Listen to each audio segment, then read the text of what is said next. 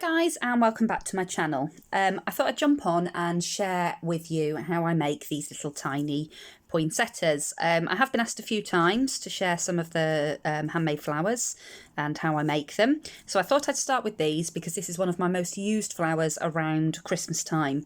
The size makes them perfect for most cards and other sort of small projects, but you can also use them as sort of filler flowers on larger Christmas projects. So I use these on my wreath and things as well. So let's get started. So for this size of flower, I use this punch from Hobbycraft. It's around the £4, £5, something like that mark. However, Hobbycraft frequently do their punches half price, so it's worth sort of keeping your eye open and picking them up when they're on half price offer. Now, the beauty of doing it with a punch instead of the die is that obviously you can punch through and get lots of them in quick succession.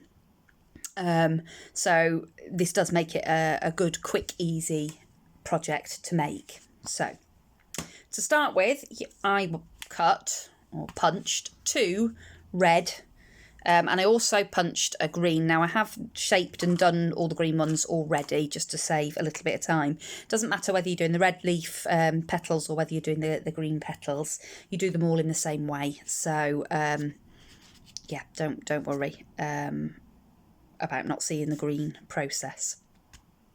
So I've got 2 of the red. I've also got a little bit of distress ink. I'm using Fired Brick. In terms of cardstock, this is just the cheap red cardstock. I think it's about 90p in Hobbycraft at the moment, but you can pretty much use anything to make paper flowers. I have made them with everything from crepe paper to coffee filters to patterned cardstock. I haven't yet to find something that I can't make a paper flower with. So sometimes you'll find that the thicker cardstocks are harder going. It's harder to sort of manipulate them into the shape. So a sort of slightly thinner, cheaper, to be honest, the thin cheap cardstock is the good stuff. And there is a Daily Rowney paper that's quite a nice paper. I'll see if I can find the label for that one, but it's in the range. So I do buy the big sheets of that sometimes for flower making, but like I say, you can pretty much use anything. In terms of tools, I use these, which are nail dotting tools from Home Bargains. It was £1.99 for the set, and you've got everything from very, very tiny tips up to the bigger ones. That's the biggest tip, if I can focus on in this set. This is a nice tool because it's got the big tip at one end and it's got the small tip at the other end, and that's good for sort of doing some rough shaping with the big end and then a bit more sort of finessing with that end. So those are the ones that I tend to use for the small flowers, but in general for flower making I do also have a larger set of ball styluses. These came from AliExpress and they were around about the £2 mark. And as you can see, you've got a really, really big head on that one, and down to the smallest head, which is still slightly bigger than the nail dotting tool ones. So by having the 2 for about £3, you've got everything from the great big ball stylus right down to the tiny ones. So I thought that was a really good way of sort of building a flower shaping toolkit without spending too much money. The other thing that I have purchased and I use a lot with flower making are these. Now, if you have got a proper flower making professional toolkit, these are referred to as the loop tool. And from what I can see, there's not really any difference, to be honest. These, however, are blackhead removers. And no, don't worry, I haven't used them. They are purely and simply for the craft room. These are about 40p on AliExpress, but I'm sure you can get them on eBay and Amazon as well. And I actually picked up a very similar one in Primark. This was £1 for one in Primark. Slightly different shaped heads, but it works in the same way. It's the same principle. But I just don't think you can go wrong at 49p. I bought 3 of them thinking probably won't last. You know, I'll bend them out of shape and, you know, end up having to throw it away. It'll become brittle. And they do bend, but they always just bend back. And as of yet, I haven't managed to break one, and I've had these for getting on for 2 years. And I think, well, do you know what? If I had to replace one every sort of year or two at 40p, I can cope with that. So I do use those quite a lot. Good old-fashioned awl, really good. Pokey tool, good for making holes in the centre of flowers for stamen and things like that to go through. But you can also use it for rolling and shaping petals around the barrel of the awl. And the other tool that I like to use a lot is round nose pliers. These are really useful, again, for curling and shaping leaves. So I do use those ones. I tend to use these if I'm doing bigger flowers. So for the smaller ones, I do tend to just use the largest of the nail dotting tools and the pokey tool. So I'm going to try and just sort of zoom you in a little bit in the hope that you'll be able to see what it is I'm doing, and hopefully my autofocus might chill out a little bit and stop making you seasick. Okay, so all I'm going to do is I've got a plain little spray bottle full of water, and I'm just going to give them a little bit of water. You want them damp. You don't want them sopping wet. You want them damp. And I just let that soak in for a moment. And then on the side that you sprayed, you're going to take your ball stylus.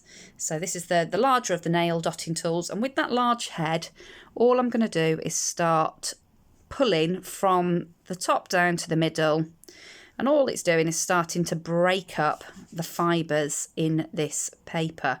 And that's when the shaping starts to sort of happen. And you can see that what happens is the petals curl inwards towards the centre of the flower. I'm then going to flip the tool round to the smaller edge, smaller head, and I'm just going to open the flowers out again. And again, from tip to centre, I'm just going to pull.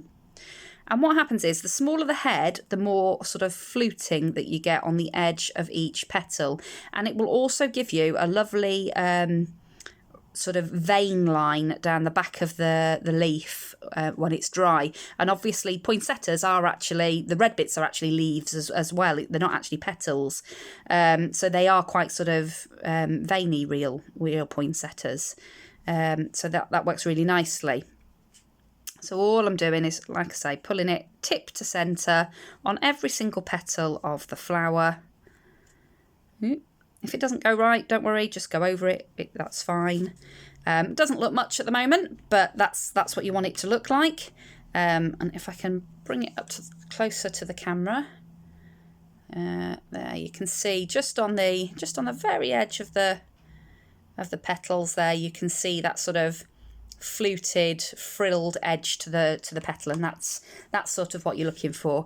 Now at this point you want to let your flowers dry, and you can do that naturally excuse me, by just leaving them to one side to air dry, or you can dry them with your heat tool. Now, quick tip for drying with a heat tool: I've got an old saucepan. I say old, it's actually a brand new one. I bought it for my daughter to move back into uni for her 3rd year, and at the last minute she decided she wanted to commute and live at home for the last year. So the few bits and bobs that we bought were no longer needed, so I've requisitioned this for my craft room. And the reason is because it makes a really good pot to dry anything really, but I particularly like it for doing paper flowers.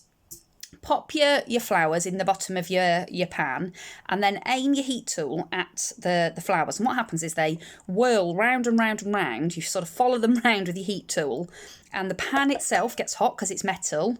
And your heat, the heat and the air coming from the heat tool, it creates like a little tumble dryer. And because you've got a handle, you're not going to burn yourself, and you can keep sort of moving the pan about and moving the heat tool about to keep everything within the pan. But it'll dry quite quickly, and it sets really nicely. Now I'm not going to do that on camera because obviously they are noisy, so I've got some that I have already dried. So let's just take you back in a little bit. Oop. wobble you about while I'm doing it. So what I'm then going to do is turn these flowers over, and I'm just going to very gently open them up just a little bit, not too much, but just enough so that I can get to the centre on the back. So the fluted sides are sort of pointed down. The side that we were working on is pointing down. We flipped it over. And all I'm going to do is take the big fat end of the ball stylus again and just push it into the middle and get that nice cupped shape that we're looking for. So you can flatten them out a little bit if you're struggling to get the ball stylus in there. And there we go. So you are wobbling a little bit. My camera is desk mounted, so whenever I do anything like this, it makes my camera wobble. So now that I've got those like that, I want to glue these two bits together. For this part, I use just white glue, regular white glue. I use Anita's tacky glue, and I just put it in one of these fine-tipped bottles. A little bit of glue in the centre there, and then all I'm going to do is take the second one and offset it so that you can see the petals from underneath. Ooh, if it doesn't jump off and try and disappear on me. And once I've sort of got that roughly where I want it, I take that ball stylus again with that same big end and push. Now this doesn't want to sit where I want it. That's it. And push it down. Now by pushing it really hard into the foam, again, it gives it a little bit more shape, but what it also does is it forces the two surfaces together, and that glue starts to that sort of bonding process nice and quickly, and you get a nice firm bond. So I put that off to one side to dry, because obviously I don't want to start poking holes in that or trying to ink it or anything while it's still wet, because potentially you could get your flower pieces separating. So now I'm going to take a little bit of fired brick just on a finger dobber. Again, I get these really cheaply. I think there's 3 for about 80p or something from AliExpress, and I'm just going to put a little bit of that distress ink on the edges of my flower. Not all over. What I'm trying to do is just pick up some of that vein, the sort of fluting and veining that we did by going over it with the ball stylus. Once that's done, I'm going to take my awl and I'm going to push down in the centre of the flower and spear the flower onto my pokey tool. I'm then going to push the awl right the way up to the hilt of the awl and just move it in and out a few times. And what I'm doing is just making a hole big enough so that I can get some stamen in the middle there. So for my stamen, I've got these little tiny 1mm yellow, these are, and again these are from AliExpress. You get a bundle of 240 heads, or 244 heads, something like that, for 15p. Now bear in mind that when they say heads, it's double-ended, so you're not going to get 244 strands, you're going to get half that amount, because they are double-ended. But all I do is bend them, fold it in half, take my scissors and just cut. And now I've got 6 instead of 3. No, 3, yep, 6 instead of 3. I can't do my math. So then I'm just going to take that and thread it. Now this is the trickiest bit. You can make your hole a little bit bigger, but what you don't want is to make it so big that the stamen fall all the way through. And because these are only 1mm stamen, there's not much to stop them falling through. So you have just got to be a little bit careful with that. But once they're threaded, that's how your poinsettia's looking. So I just tip it upside down, and at this point I am going to use hot glue. Now I didn't use hot glue for the other step just because it's really hard to pierce hot glue once it's set. So that's why I used the wet glue. But on this bit I'm just putting a little bit of hot glue all the way around the edge where the flower and the sort of base of the stamens meet, and that's so that when I come to trim the cotton bits off in a moment, before mounting it onto the green layer, my stamen aren't just going to fall out the other end. It just sort of holds them, anchors them in place. So once that's dry, just take my scissors and trim quite close, and that's, you can see now why we needed the hot glue, because I've trimmed up really close, and if the hot glue wasn't there they would just be falling straight out onto the mat, and you'd have a job getting them to stay in place. I then take a green layer which I've done in exactly the same way as I've done the red layer. Obviously I've just done it with green cardstock, and I've used a little bit of forest moss to bring out the veining on that leaf. Tiny little bit of hot glue in the centre there. That's going to again help to keep the stamens in and obviously keep the flower together.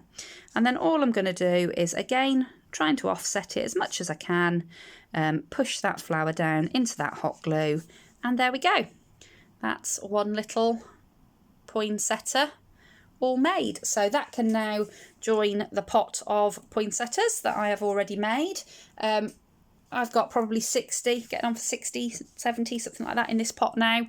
Hasn't taken me all that long, but it saved me an awful lot of money, because if you think of how much it would cost you to buy 70 handmade paper flowers, it would, you know, it's going to be setting you back a fair few pounds. And you can do these in any colour that you like, so you can match them to your project. So I've got a really lovely Christmas collection, which is all pinks and mints, so I will probably do a few pink and cream ones of these as well, with probably some gold stamen in the centre. So I'll just take you back out the other way. If you have got lots of glue strings on your little flowers, one thing that you can do is pop them back in your saucepan and give it a quick whip over with the heat tool, and it'll just melt all those glue strings and fuzzies away, and you won't have to sit there picking all of the bits off. The other little quick tip that I wanted to give you is, if you've got a foam mat that you use for shaping your flowers, you can get these anywhere. I've got quite a few different ones. I've got a massive great big one that I got from a craft shop. I've got this black one that I got from Boys. That's actually a proper flower shaping mat. This one, this white one, is a fondant flower shaping mat. And I've also got a nice thick mouse pad that I just took the fabric cover off the top of and just use the foam underneath. So you can use anything really that's nice and thick and foamy, but you will find that it'll start to get grooves and lines in it after a while, because obviously, you know, at the end of the day, you're pressing down quite hard when you're shaping the flowers. So my top tip is, you don't need to keep replacing your foam mat, which is what I thought when I first started doing it. Take your heat tool. That's why I've got so many blinking flower shaping mats. Take your heat tool, warm it up, and just go all over your mat, and you will see all of the wrinkles and things start to disappear in your mat, and it'll start to sort of flatten out again, and then you can carry on using it for your flower shaping. And my black one, I've done it several times now, and it's fine. It just, every time the divots and things come out, and I can carry on using it. So that's my other top tip for this video.